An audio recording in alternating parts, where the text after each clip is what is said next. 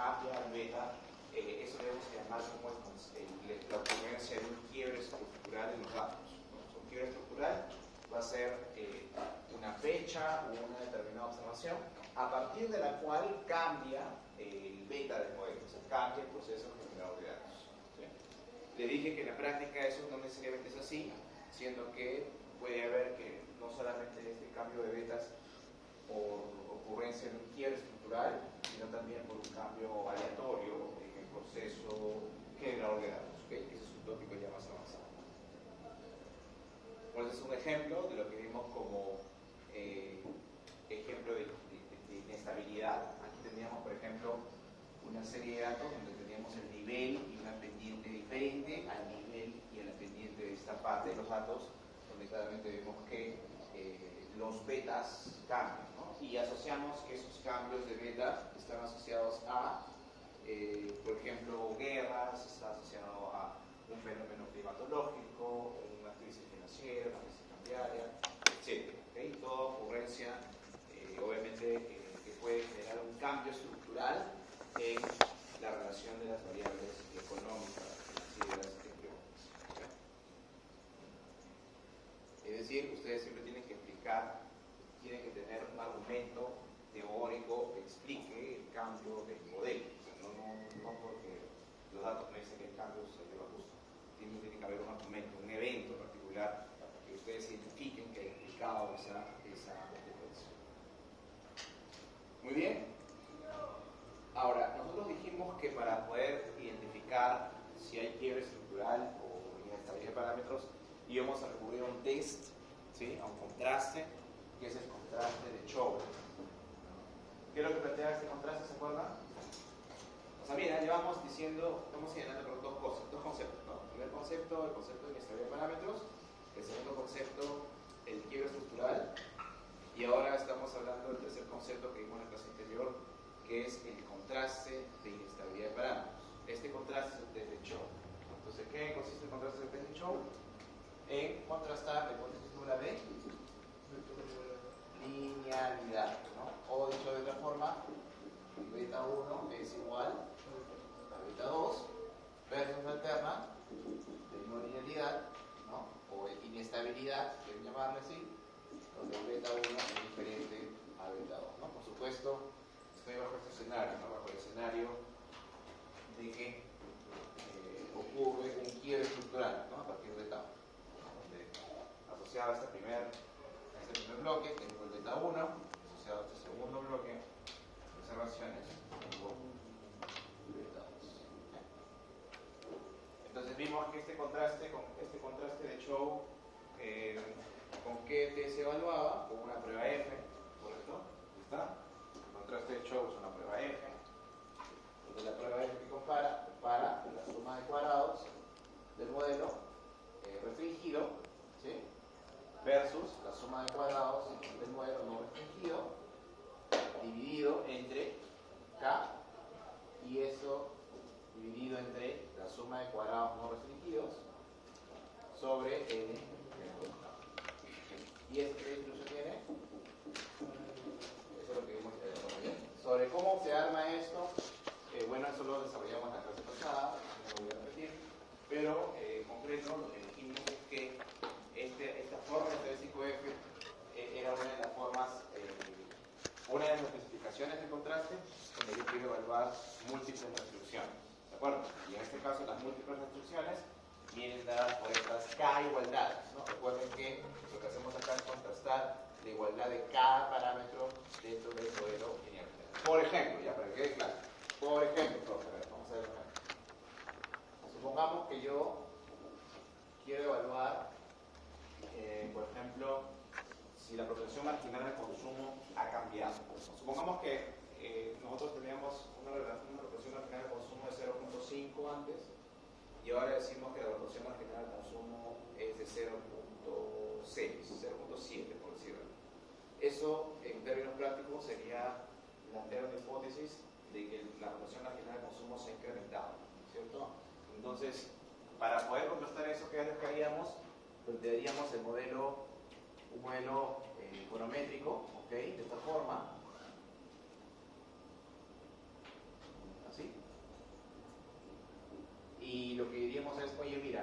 yo tengo la presunción de que el cambio de la relación entre consumo y el ingreso se ha dado en esta fecha, por ejemplo, ¿no? Yo tengo acá los datos, tengo acá el ingreso, tengo acá el consumo, y tengo que la relación antes era así, por decir algo, pero a partir de determinada observación la relación se ha hecho así, ¿no? Algo así. Entonces es como que yo identificara que a partir de determinada fecha ocurre esto, ¿no? Ocurre de que antes la relación era así y a partir de esa fecha la relación se vuelve así. ¿Sí? Yo tengo esa presunción porque los datos me dicen eso. ¿Ok? Entonces lo que yo voy a decir es, mira, a partir de esta fecha, yo digo, voy a asumir que antes de esta fecha tenía un beta 1 y después de esa fecha voy a tener un beta 2, entonces voy a contrastar la igualdad de beta 1 y beta 2, donde beta 1 ¿quién es? En este modelo sería un vector beta 0, beta 1, acá le seguimos, vamos a ponerle así, con esa rayita abajo, beta 0, beta 1 de la muestra 1 igualado con beta 0, beta 1 de la muestra 2. O sea, eso es lo que estoy contrastando. Si fuera el caso de este modelo bivariado, ¿sí? Y como pueden ver, ¿cuántos contrastes hay aquí? Hay dos, ¿verdad? Porque yo estoy contrastando, ¿qué cosa? Estoy contrastando esta igualdad y estoy contrastando también esta igualdad. ¿Sí?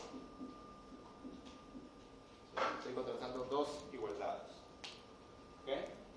Por lo tanto, el número de restricciones que voy a plantear es equivalente al número de parámetros que tiene el vector beta. Por eso acá tenemos esto. Si nosotros recordamos la fórmula del F con R restricciones, la fórmula decía que eso se dividía con R, ¿no? De acuerdo al número de restricciones, pero dado que tenemos que evaluar K igualdades, esto es igual a K restricciones. ¿Sí? ¿Ok? Muy bien. Entonces lo que yo hago en este ejercicio para evaluar, y voy a borrar la fórmula que puesto acá, porque ya la tenemos, ya la voy a escribir. Lo que hacemos es esto, ¿no? O sea, le digo, ok, entonces para hacer el contraste yo necesito comparar el modelo lineal versus el no lineal. Entonces yo digo acá, modelo restringido, ¿ya? El modelo restringido, ¿cuál es, profesor? El modelo restringido es el modelo que se evalúa sobre la hipótesis nula. En este caso, sobre la igualdad de coeficientes. Si voy a decir el modelo restringido, entonces es un modelo que asume que beta es constante. Mientras que el no restringido, el modelo no restringido, es uno que asume que para las observaciones menores o iguales que tau, están acá, la especificación es esta.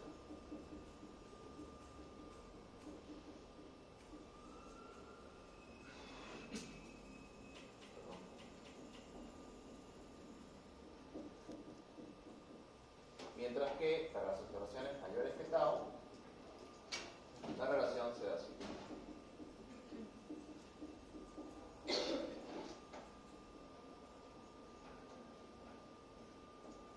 ¿Sí? O sea, es como que parto la regresión en dos bloques. En el primer bloque, los coeficientes son diferentes a los del segundo. Es el modelo no restringido. ¿Ya? Porque ahí no estoy bajo la hipótesis. Entonces, una vez que hago eso, estimo cada modelo, en este caso estimo estos dos, y este de acá, y acá estimo estos coeficientes. ¿Cuántos coeficientes estimo en el restringido? 2. ¿Y cuántos en el no restringido? 4. Por eso que aquí el F, cuando se evalúa el denominador, se pone n menos 2k. Como tengo dos parámetros, va a ser n menos 4. O sea, n menos 2 por 2. ¿Sí?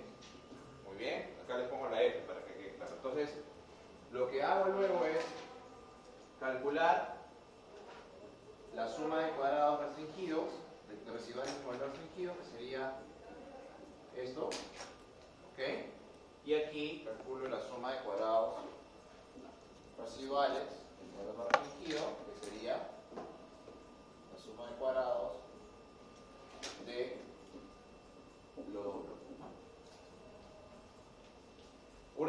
tengo esto aquí, salud, recurre al estadístico F, que es igual, como bien dice acá, a la resta de la suma de cuadrados residuales restringidos menos la suma de cuadrados residuales no restringidos, dividido entre ¿cuánto? ¿Cuántas restricciones hay acá? ¿Cuántas hay? K, que es 2 en este ejemplo, ¿sí? Dividido entre la suma de cuadrados residuales no restringidos, que se divide entre n menos 4. ¿No? Y ese sería el estadístico F que voy a crear para contrastar esta hipótesis que está acá. ¿Sí? Ok, ahora profesor, pero en el fondo, ¿qué significa todo esto? En el fondo, lo que está haciendo ese estadístico es comparar ajustes del modelo restringido versus no restringido. Cuando yo les digo ajustes, en el modelo bivariado, es que también las líneas planteadas se ajustan bien a los datos. Por ejemplo, yo en esa línea roja de allá tengo el ajuste del modelo no restringido. ¿Sí? Se considera que los betas son diferentes. Pero si yo quisiera diseñar el ajuste del modelo restringido, el modelo restringido sería algo así. A simple vista, ustedes pueden ver que el ajuste que tiene el modelo no restringido es mejor que el ajuste del modelo restringido. Entonces, si yo contrasto aquí esto que está acá, lo que demostraría es que esto sería significativamente mayor a esto que está acá. ¿Sí? Por otro lado, ¿qué tal? Si ese no fuera el caso, si no fuera el caso que todo es lineal, el ajuste de la línea roja sería exactamente la misma que el ajuste de la línea azul, generando que esto sea igual a esto y el estadístico F sea 0, encontrándome en la zona de no rechazo de la hipótesis. ¿Sí? Eso es lo que vimos el día sábado. ¿Todo claro eso? ¿O lo grafico? ¿Más o menos? Ya, a ver. O sea, lo que estoy diciendo es esto, ¿no? Tú tienes acá evidencia de no linealidad, ¿cierto? En este contexto, ¿qué va a pasar? Este F va a ser muy grande. ¿Sí? Este F va a ser de todas maneras diferente de 0. Acá, en esta situación, el F es diferente de 0. De todas maneras. ¿Por qué? Porque el ajuste que tiene la línea azul es más pobre, muy pobre, en comparación al ajuste de la línea roja. Eso es lo que te está diciendo el F. ¿Sí? Pero si fuera el caso que, y esto lo borro, si fuera el caso que yo tengo un gráfico como este, voy a graficar a continuación, Y, consumo, tengo este gráfico de dispersión. O sea, que estoy viendo ahí, profe, que ahí no hay quiebre, ¿no? Y planteo la misma fecha tau. El ajuste que yo encuentre con la línea roja, es decir, el punto acá y luego la otra parte acá, coincide plenamente con el ajuste que yo encontraría con una línea, asumiendo que es un modelo lineal. Y en esa situación, donde te da lo mismo hacer la regresión en dos partes, hacerlo con una sola muestra, el F ¿cuánto vale? El F aquí es igual a 0. ¿Ok? Es decir que bajo la hipótesis nula, el F es 0. ¿Sí? Por lo tanto, ahí viene lo que les decía, si yo hago la gráfica del contraste de la F, ¿sí? Contra el F, yo la tengo sobre probabilidad, esto sería así, ¿no? ¿Sí? Este sería 0 y la zona de rechazo estaría hacia la derecha. De tal manera que si el F calculado cae aquí, es decir, estadísticamente cercano a 0, estaría bajo el escenario de no rechazo la hipótesis nula, ¿no? Y mientras que si estuviera acá, en la zona de rechazo, estaría bajo el contexto de un F diferente de 0, estadísticamente, lo que significa que en ese escenario sí se rechaza la hipótesis nula. ¿Ok? Esa es la idea, ese es el trasfondo de este contraste, el contraste de Chow. ¿Ya? Hasta ahí ese es el tercer elemento del tema. Nuevamente, si han llegado. Primer elemento, la definición de inestabilidad de parámetros. Segundo elemento, lo que vimos de que estamos diciendo que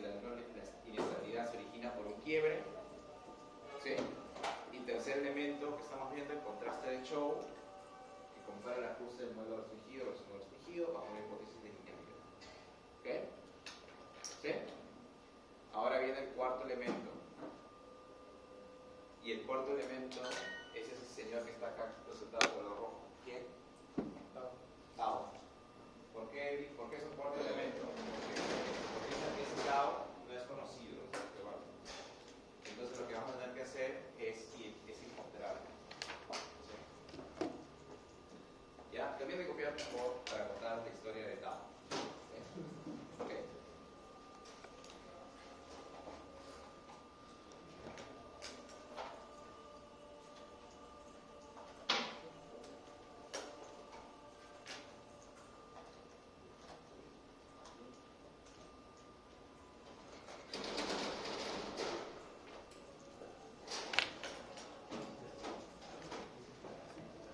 Vamos a... ¿Cuántos son de la clase? ¿Cuántos van para ver si se acabó la clase? Todo bien.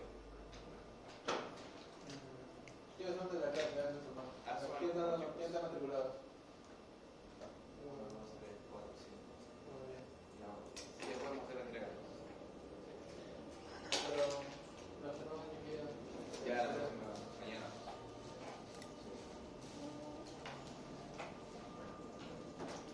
Esteban.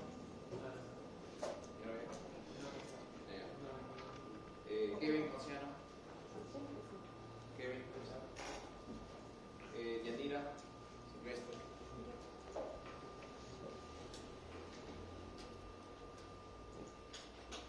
Ahorita les cuento algo sobre una de las preguntas, ¿ya? De las clases, para que vean, entiendan su puntuación. Yo, el ejercicio 3, en uno de los...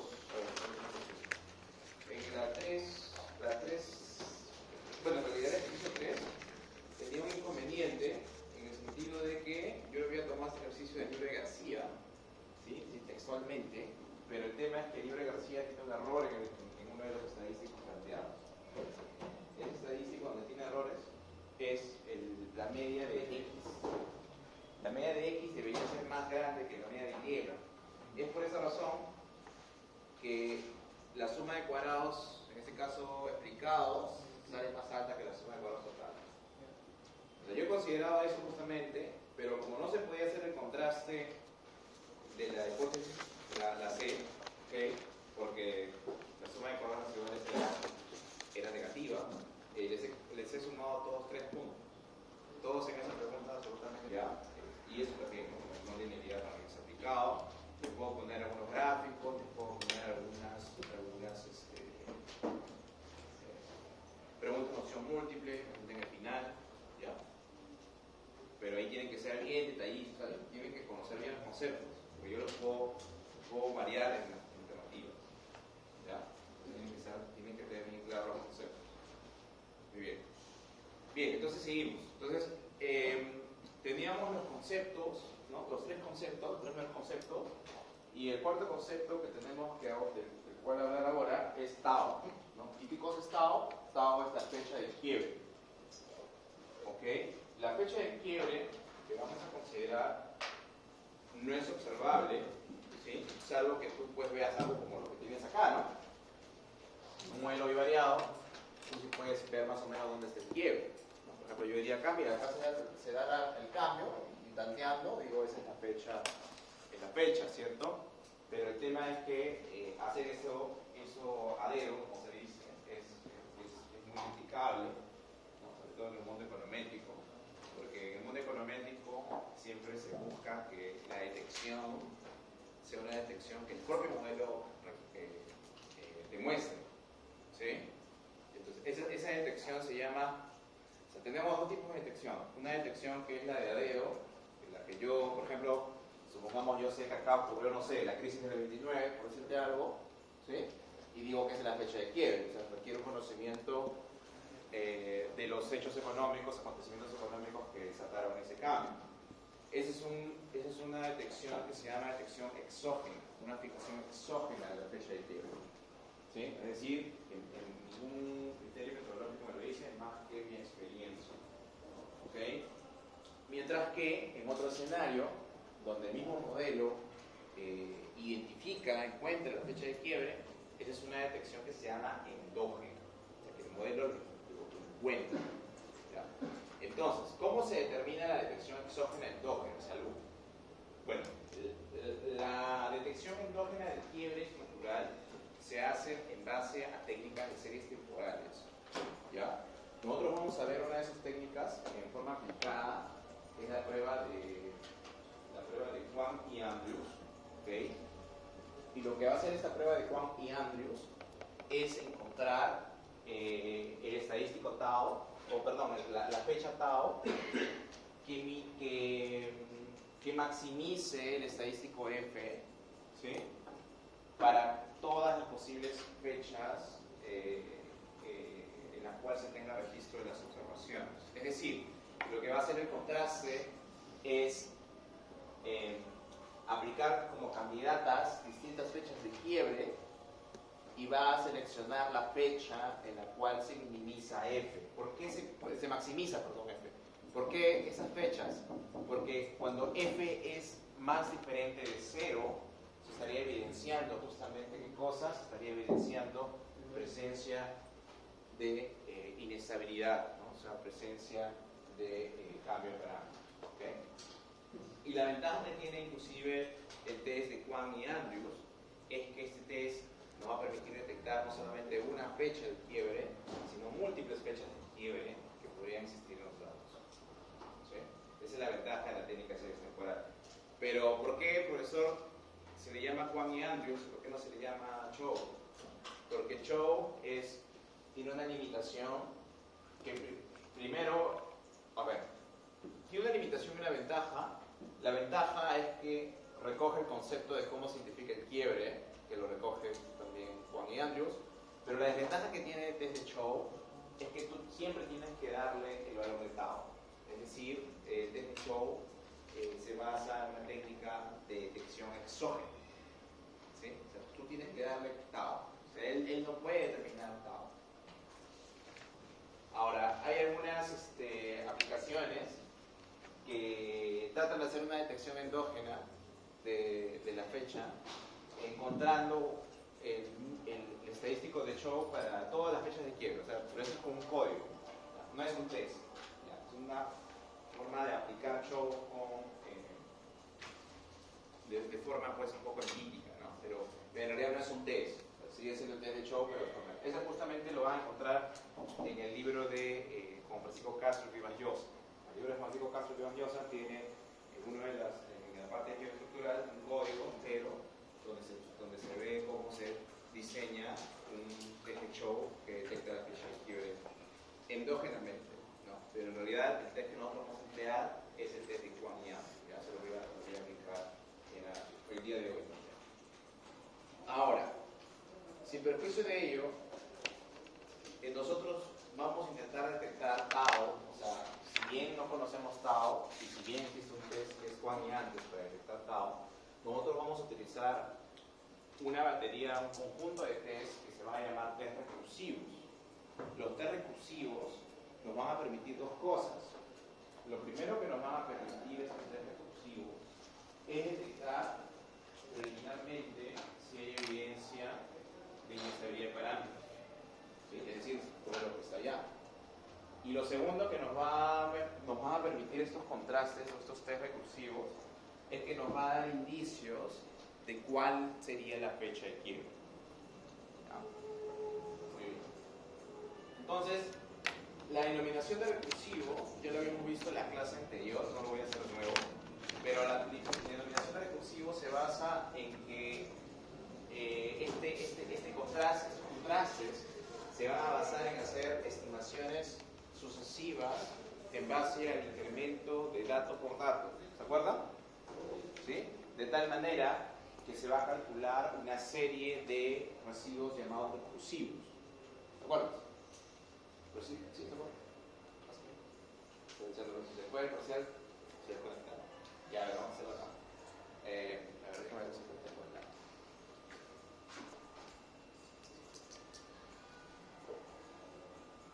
Ahí está.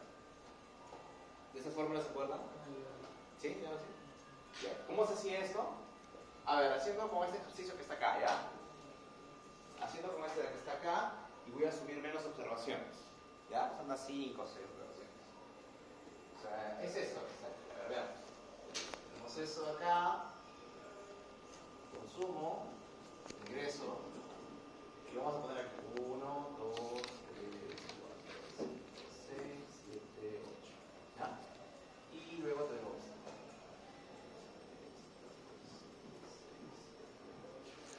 bien. A ver, entonces, nosotros sabemos esto acá. A ver, creo que acá voy a quitar más. Se ve más pronunciado el quiebre. ¿Está? Tenemos esto acá y esto acá. ¿Correcto? O sea, aquí asumamos que hemos encontrado evidencia de no linealidad o de inestabilidad de parámetros en tau. ¿Ok? Muy bien. Entonces, si yo determino el error recursivo, voy a colocar por acá, al cual voy a llamar E sub t, que es el que está aquí, lo que voy a tener es esto. En promedio, el error recursivo es 0, y en promedio va a ser así, ¿no? Va a oscilar así hasta que llegue a la observación tau. Y lo que va a pasar a partir de tau, ¿qué cosa es? Es un incremento o un decremento en la magnitud de ese error recursivo, ¿no? Algo así. Ah, no, pero acá estoy mal. Perdón. No tiene que ir a 0, sino. Perdonen acá con este gráfico que está mal.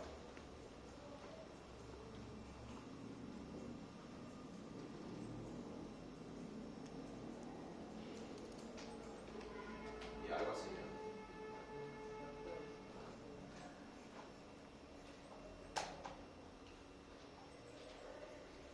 ¿Qué es lo que observan ustedes gráficamente en este gráfico? Observan que el error está fluctuando aleatoriamente alrededor de 0, pero a partir de tau, ¿qué empieza a ocurrir? El error empieza a desviarse, ¿no? Se desvía, y en algún momento regresa recién a la media, ¿no? O sea, de ahí de repente ya siempre de nuevo. ¿Okay? ¿Por qué ocurre esto de acá? Porque cuando tú tienes un cambio del proceso generador de datos, el error recursivo se incrementa significativamente. ¿Sí? Y en la medida que ya vas absorbiendo, ¿no?, los datos, o vas considerando, perdón, los datos del segundo proceso generador de datos, ¿sí?, el error recursivo que va a pasar va a volver a su nivel promedio, que es el nivel de 0. O sea, tarde o temprano va a regresar. ¿Por qué? Porque en la medida que tú tengas más datos de estos, ¿no?, por ejemplo, que tengas así, al final lo que va a pasar es que la línea azul va a tender a ser la línea roja que está arriba, ¿no? Acá se la misma pendiente. ¿Sí? Ok, a ver, vamos a ver esto. Es como que yo hiciera esto. A ver, yo lo voy a hacer. Voy a tener que hacer y borrar, ¿ya? A ver, profe, ¿qué está diciendo usted? Está diciendo que hasta esta observación yo podría hacer esta regresión, ¿no? A ver. Primero hago una regresión con cuántos datos, ¿se acuerdan? Con K más un dato, ¿cierto? Por ejemplo, ya tengo dos parámetros, tengo K igual a 2, y hago una primera regresión con los tres primeros datos, ¿no? Que sería algo como esto de acá. Así, ¿no? Hago una regresión con esos tres primeros datos que están acá. ¿Sí? Y con esos tres primeros datos digo, ok, tengo el beta estimado, 0, el beta 1 estimado, y voy a tratar de estimar el valor del consumo con estos betas. Eso es lo que llamo el error recursivo. ¿Sí?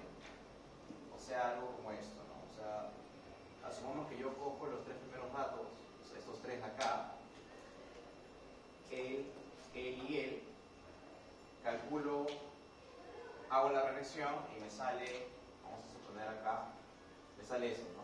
Beta 0, voy a llamar 1, más beta 1, 1, por I sub t es ct. ¿Ya? Me sale esto de acá. ¿Ok? Me sale esos dos betas. Entonces lo que yo voy a hacer es, ok, con esta información que tengo de esa primera data, voy a estimar, digo acá, vamos a ponerle paso 1, voy a estimar en el paso 2 el valor de consumo de la siguiente observación. Este va a ser un estimado, obviamente, que lo voy a obtener a partir de estos betas que acabo de obtener y del valor de Y observado en tema solo. ¿Sí? Y una vez que hago esto de acá, esto se conoce como predicción, es una predicción. Una vez que hago eso de ahí, ¿qué es lo que voy a hacer? Voy a comparar, voy a calcular ET más 1, que va a ser igual a CT más 1, es decir, el valor real, menos CT más 1 que acabo de estimar. ¿Sí? Y ese error que está aquí es el primero que se va a configurar acá. ¿Sí? Muy bien.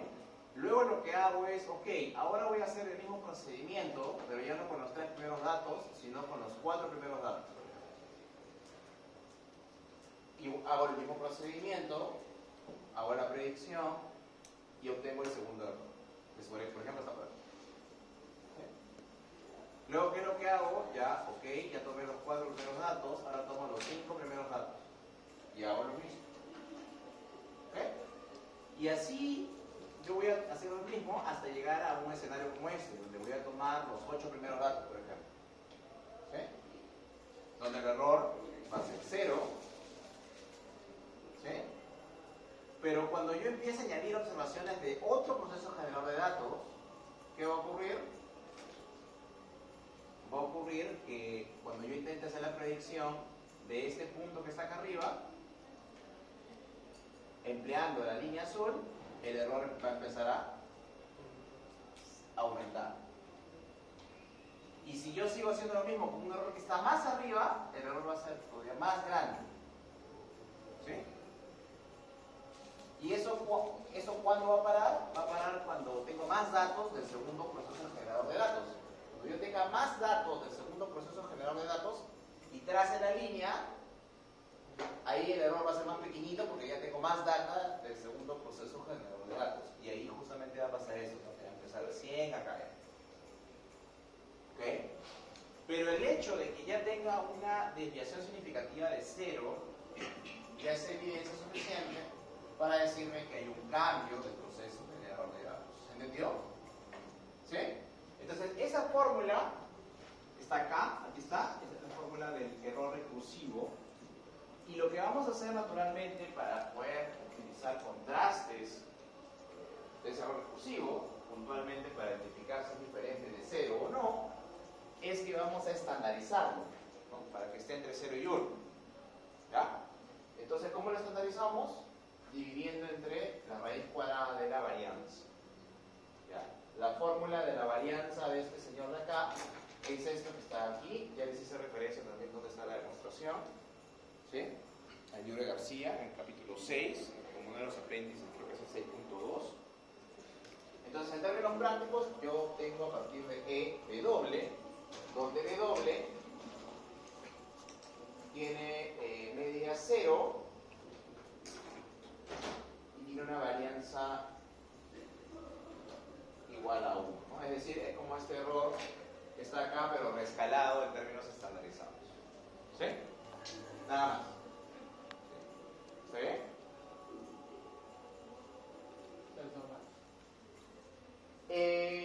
La distribución normal va a depender de si este beta que está acá tiene distribución normal. Por eso solamente lo dejo así. ¿Sí?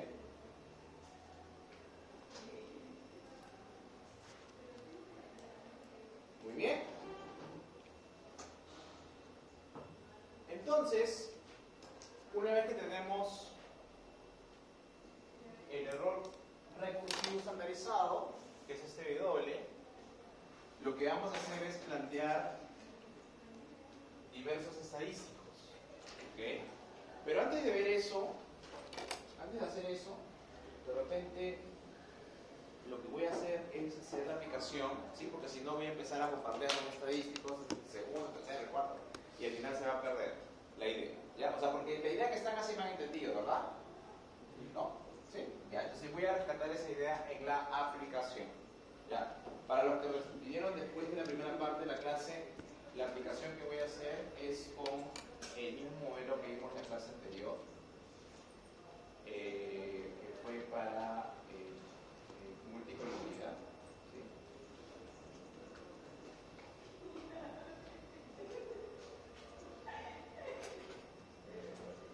¿Esta?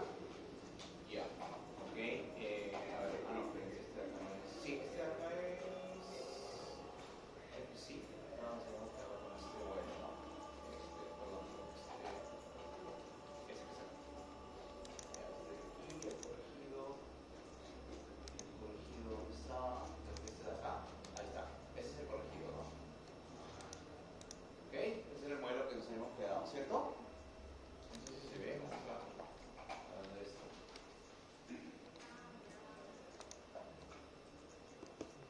¿Está? Ese es el modelo corregido que se acuerdan. Si vinieron el viernes pasado, este es el modelo de cómo la actividad económica impacta a el consumo de energía, la emisión de CO2.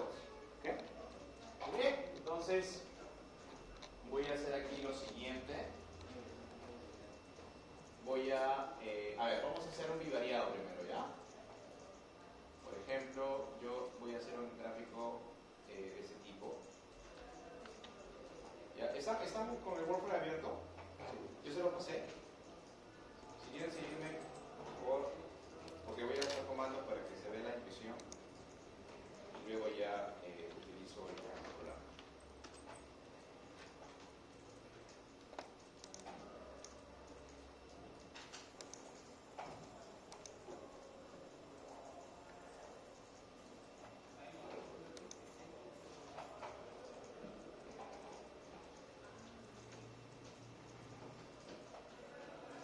Ahora, chicos, por favor,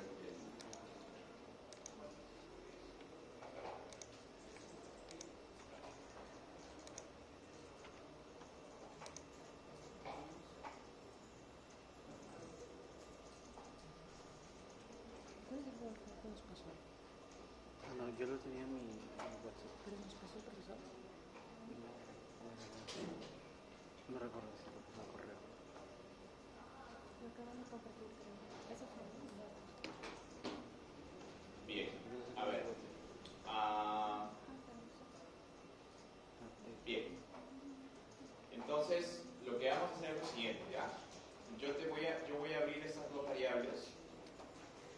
A ver, vamos a hacerlo con el programa. Aquí. Y aquí vamos a hacer lo siguiente, ¿ya?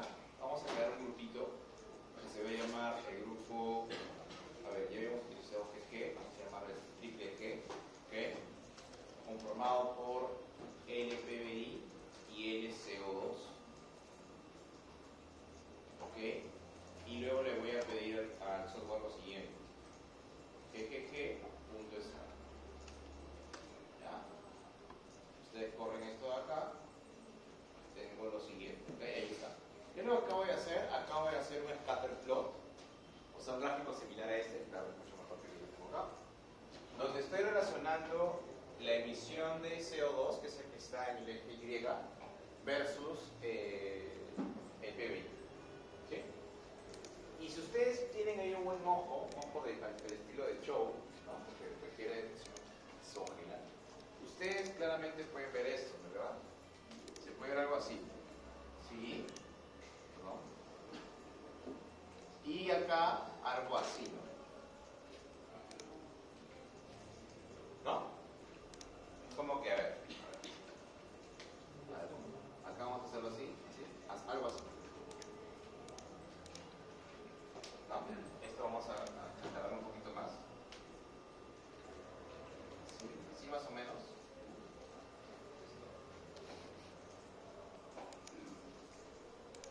Y algo así. ¿Se ve?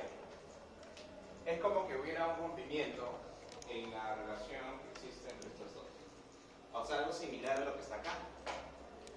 Con lo cual, si yo grafico en esa relación, los residuos recursivos deberían tener un comportamiento como este que está acá. ¿Ok? Muy bien, entonces eso es lo que vamos a ver a continuación. Entonces acá le voy a decir, hazme un modelito a software. Le voy a llamar el modelito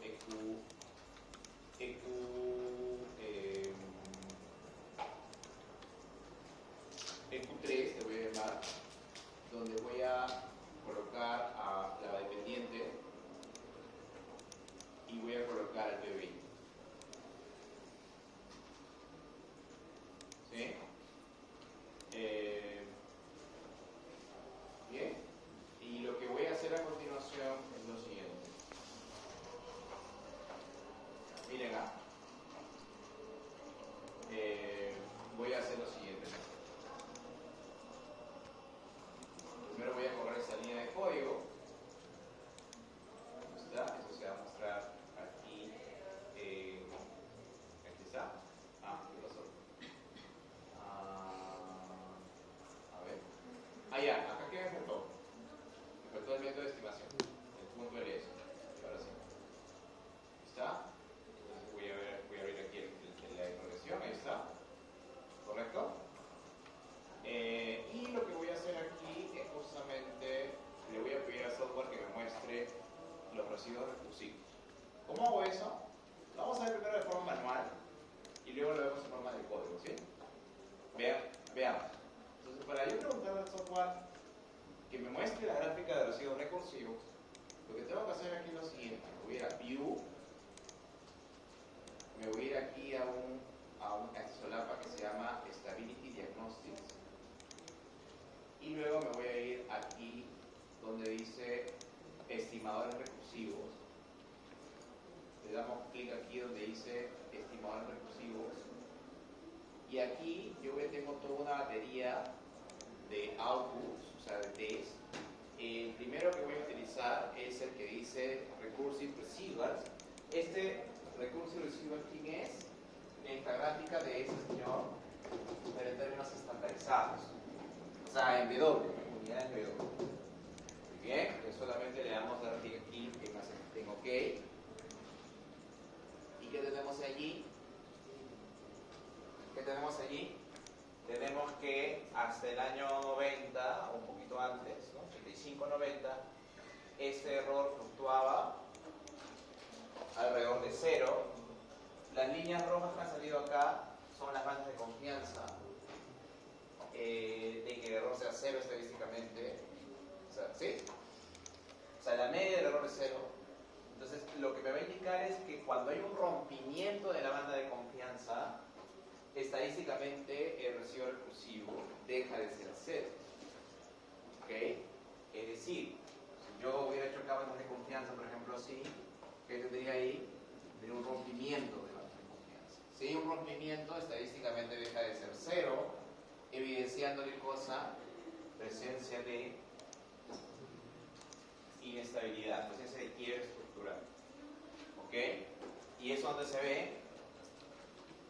Se ve acá, ¿no? Acá, más o menos esta observación. Aquí, y bueno, luego sigue siendo alto en magnitud porque tiene un error todavía fuertemente negativo que hace que esto sea diferente de 0, ¿no? Y luego, ¿qué es lo que ocurre? A medida que ya voy incorporando observaciones de la segunda parte del proceso generador de datos, ¿qué ocurre con este error recursivo? Empieza a retornar. Entonces, es la característica justamente que vemos en la otra. ¿Ok? ¿Sí? ¿Y de dónde está? ¿Cómo? ¿Desde dónde está? Ya, eso es lo que no sabes, ¿no? O sea, yo no sé aquí dónde está Tao, pero aproximadamente puedo decir que está entre el 85 y el 90. En uno de esos años está Tao, está anual. ¿Cómo determino Tao? Ahí justamente viene mediante el uso del test de Kwan y Andrews. ¿Qué es el Kwan y Andrews? Es aplicar un estadístico F. Bueno, no exactamente es como aplicar un estadístico F para observaciones diferentes, incluyendo la fecha que puede estar acá. ¿Ya? Entonces veamos cómo hace ese trabajo Kwan y Andrews. Miren aquí. Usando el mismo objeto que nos acaba de salir, la estimación, lo que tenemos que hacer es nuevamente ir a Stability Diagnostics, pero esta vez escoger la opción que dice Juan y Andrews Breakpoint Test. ¿Okay? Juan y Andrews Breakpoint Test. Le damos clic aquí y aquí el software nos dice cuáles son las variables que respecto a las que tú quieres variar en los... O sea, tú puedes tener una relación de muchas variables, pero puedes considerar un subconjunto de esas variables para la evidencia bioestructural. ¿Qué significaría eso? Significaría evidenciar en qué variables hay un posible cambio del impacto marginal. ¿Sí? Por default, el software te va a tomar todas las variables. Aquí, por ejemplo, me está tomando tanto el intercepto como la variable. Aquí me dice trimming. El trimming, ¿qué cosa es? El trimming es desde qué tu muestra va a considerar. O sea, es como que agarra, dice, mira, yo tengo el 100% de los datos, ¿desde qué tamaño de muestra voy a considerar para empezar a calcular los residuos, o perdón, los F que están dando, ¿no?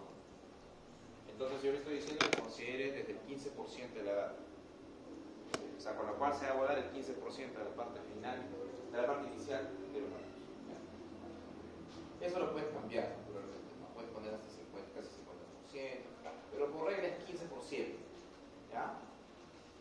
Si ustedes tienen pocos datos de su trabajo, por ejemplo, y no les sale esto, puede ser porque el tienen es muy alto y pueden bajarlo hasta 5 o 10%.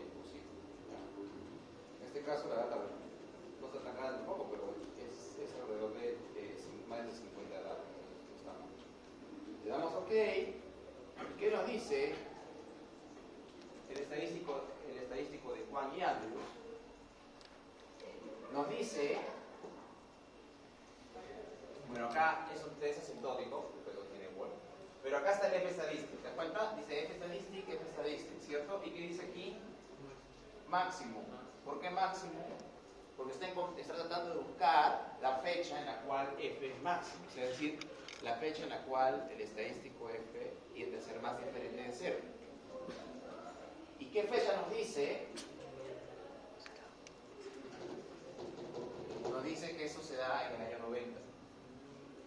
Ojo, puede que el software siempre va a coger un máximo F, pero lo que tienes que ver, además de haber seleccionado el máximo F, es cuánto sale el equivalente. Porque tiene que ser un F máximo que rechace la hipótesis nular de identidad. O sea, esas dos cosas tienen que pasar para afirmar que hay quiebre en el año acá, año 90. ¿Ok?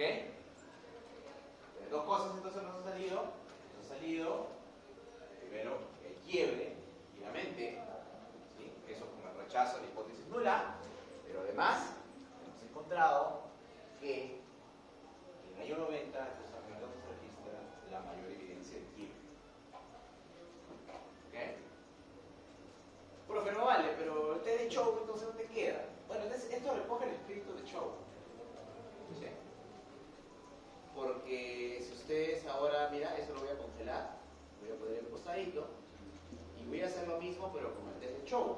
Pero el test de Chow lo voy a aplicar en el año 90, porque ya sé que esa es la fecha. ¿Sí? Entonces, ¿cómo se hace el test de Chow? Simplemente te vas a la misma opción, B Stability Diagnostic, y en lugar de escoger Juan y Andrews, escoge Chow Breakpoint Test. Escoge Chow Breakpoint Test y el test de Chow te dice acá, igualito que el test anterior, regresores cuyos parámetros van a cambiar, intercepto y el impacto marginal, pero además, ¿qué te pide? Dame estado, ¿no? O sea, Chow depende de la fecha que tú le das. O sea, no te lo detecta endógenamente como el test anterior de Juan y Andrews. ¿Ok? Entonces yo digo acá, ok, a ver Chow, evalúa el año 90. Le doy OK. Y el test de Chow que me va, el estadístico que está aquí. Si ustedes ven el estadístico de Juan y Andrews, el estadístico que me bota el test de Chow es este estadístico que él llama LRF estadístico.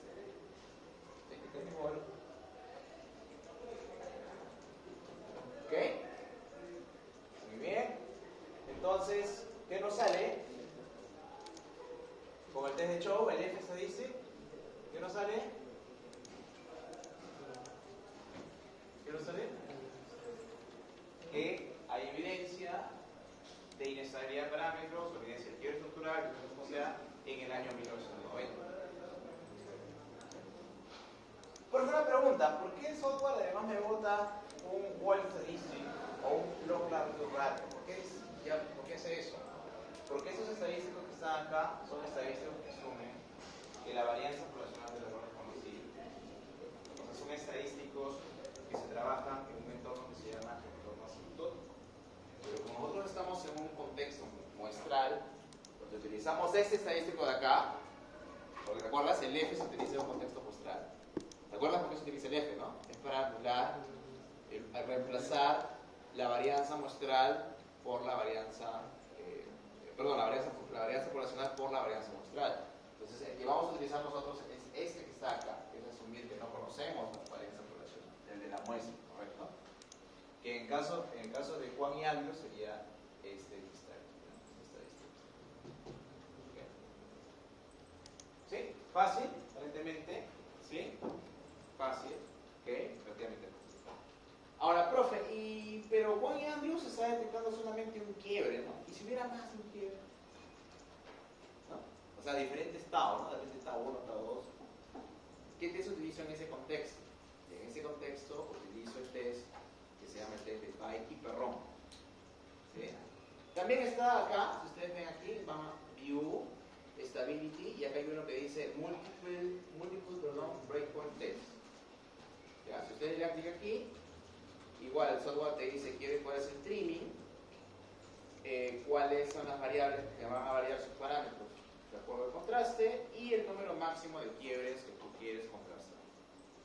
Y por default me dan 5, vamos a ver si con la alta que tengo me permite, si no tengo que bajar el número de quiebres, y ahí está. Ahí está. ¿Qué es lo que ha hecho el software acá, profe? La interpretación acá es un poquito más compleja. Pero lo que te dice esto es que el software está encontrando 3 quiebres. ¿Sí? Porque ¿cómo sabe que son 3 quiebres? Porque ven que el asterisco desaparece acá. ¿El software qué está haciendo? El software lo que está haciendo es primero identificar el primer quiebre. ¿Dónde está el primer quiebre? Con el F de 2343, en el año 90. Una vez que detecta el 90, empieza a buscar el segundo quiebre, donde el F es más alto. Y encuentra que el segundo quiebre está, y aquí tenemos las fechas, en el primero en el 74, dice, ¿no? El segundo en el año 90, a ver si me da. Vamos a subirlo acá. Ahí está. En el año 90, y el tercero en el año 98. ¿No? ¿Y qué es lo que te dice acá el software? Mira, comparo el F contra el valor crítico. ¿No? Acá no te da p-values, acá te da F calculado versus F críticos. ¿Y la regla cuál sería aquí? Si yo quiero estar en un contexto de rechazo, el F calculado es mayor al crítico. ¿No? Por ejemplo, acá que vemos que el F calculado es mayor al crítico, el F calculado es mayor al crítico. Claro, acá estamos en un F que se llama F escalado, un F ajustado. ¿Ok? ¿Será cierto que hay 3 quiebres? Sí. Ese es el más confiable. O sea, de hecho que hay más de un quiebre en esa data.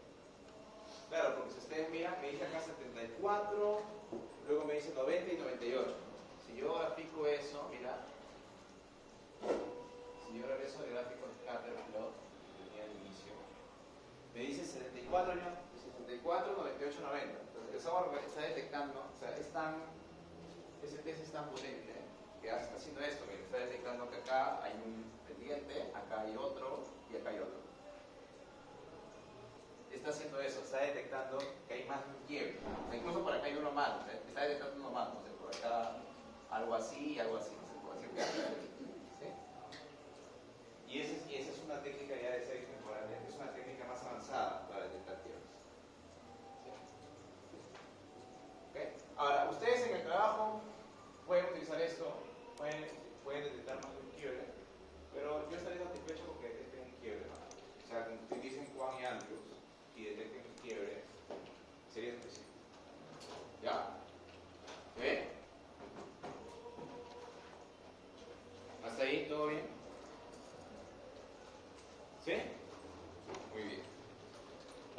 Muy bien, vamos a hacer entonces un pequeño corte. Solamente díganme dos cosas. La lista dónde está. Y les entrega todo. ¿A quién para que le entregue su práctica? Ya, le voy a llamar entonces, no salgan todavía.